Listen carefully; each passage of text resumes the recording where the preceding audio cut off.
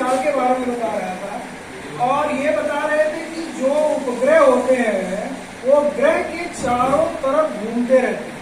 और उपग्रह में मैंने आपको ये बताया कि दो तरह का उपग्रह होता है। एक कौन सा उपग्रह?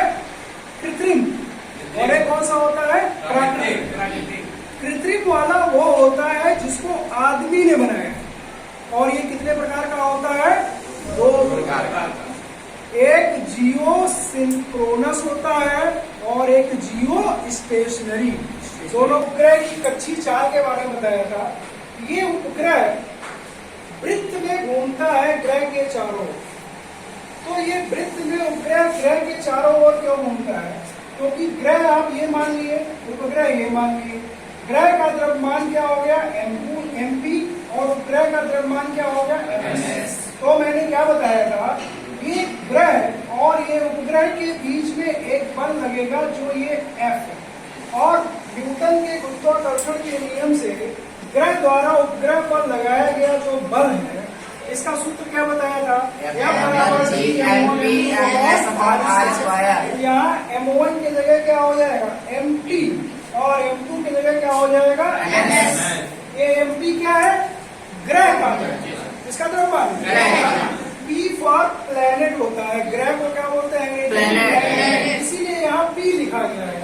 और उपग्रह को अंग्रेजी में क्या लिखते हैं? सैटेलाइट। क्या लिखते हैं? इसलिए इसको क्या लिखा गया? MS। तो ये F बराबर G(MP)(MS)/r², ये बल लग रहा है। ये बल किसने लगाया है? ग्रह ने। किस पर लगाया है? उपग्रह। तो ये बताओ, उपग्रह ये वृत्त में क्यों घूमने लगा? कोई भी चीज वृत्त में कब घूमता है, इसकी क्या शर्त होती है? तो कोई भी वस्तु वृत्त में तब घूमता है जब उस पर अभिकेंद्र बल लगे। कौन सा बल लगे? जिस बल की दिशा सदैव केंद्र की ओर होती है। तो क्या हुआ? ये जो बल लग रहा है उपग्रह पर, जो ग्रह लगा रहा है, यही बल किसके बराबर हो जाएगा? अभिकेंद्र बल। किसके बराबर हो जाएगा? अभिकेंद्र बल का सूत्र आपको पता होगा। अभिकेंद्र बल का सूत्र क्या होता है, जरा बताएं। अभिकेंद्र बल F बराबर क्या होता है? mv²/r। आप जरा ध्यान से देखो, यहाँ अभिकेंद्र बल किस पे लग रहा? उपग्रह पे।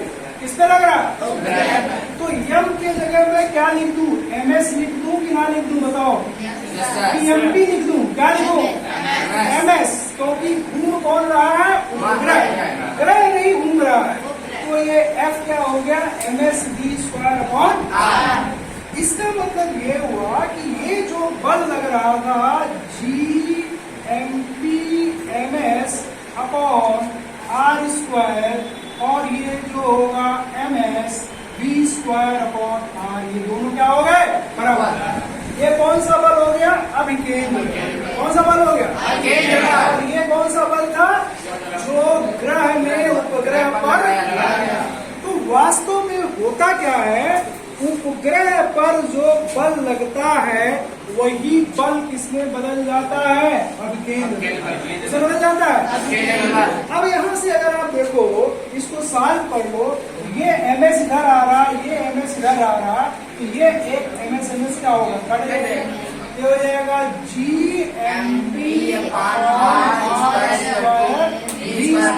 और चाहो तो देखो, एक R है, एक R² है, ये भी कट जाएगा, तो यहाँ से R हो जाएगा। ठीक है ना? और अगर ये V² की बात करो तो √, अगर तुम ले लोगे तो G(MP)/r, ये क्या हो गया? V। और ये V क्या है? ये V क्या है? उपग्रह की कक्षीय चाल है। कक्षीय चाल क्यों है? क्योंकि ये कक्षा में घूम रहा है। कक्षा क्या है? वृत्त। किसमें घूम रहा? तो ये V बराबर हो गया √G(MP)/r। MP क्या है यहाँ पे? MP हमारा है, ये मास ऑफ ग्रह। क्या है? ग्रह का द्रव्यमान। R क्या है? क्या है? किसकी त्रिज्या? उपग्रह की त्रिज्या, जिसमें वह ग्रह के चारों तरफ घूम रहा है। या इसको क्या कह सकते हो ये बताओ, उसको हम ग्रह उपग्रह या इसको क्या कह सकते हो? उपग्रह का जो केंद्र है, क्या बोला मैंने? और ग्रह का जो केंद्र है, ग्रह छोटा थोड़ी ना होता है, बड़ा होता है ना। ये तो छोटा मैंने पॉइंट के फॉर्म में आपको दिखा दिया है।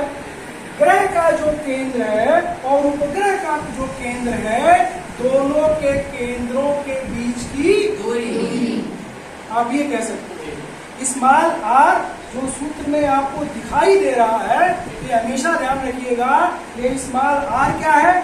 आप ये कह सकते हो उपग्रह जिस त्रिज्या में घूम रहा है वह, एक बात हो गई। या क्या कहोगे? स्मॉल आर क्या है? उपग्रह का जो केंद्र है और ग्रह का जो केंद्र है, दोनों के बीच की दूरी। ये किसी भी ग्रह के लिए सत्य है। जितने भी ग्रह हैं और उपग्रह हैं, सभी के लिए सत्य है। हम लोग अब किसकी बात करेंगे? पृथ्वी की बात। किसकी बात करेंगे?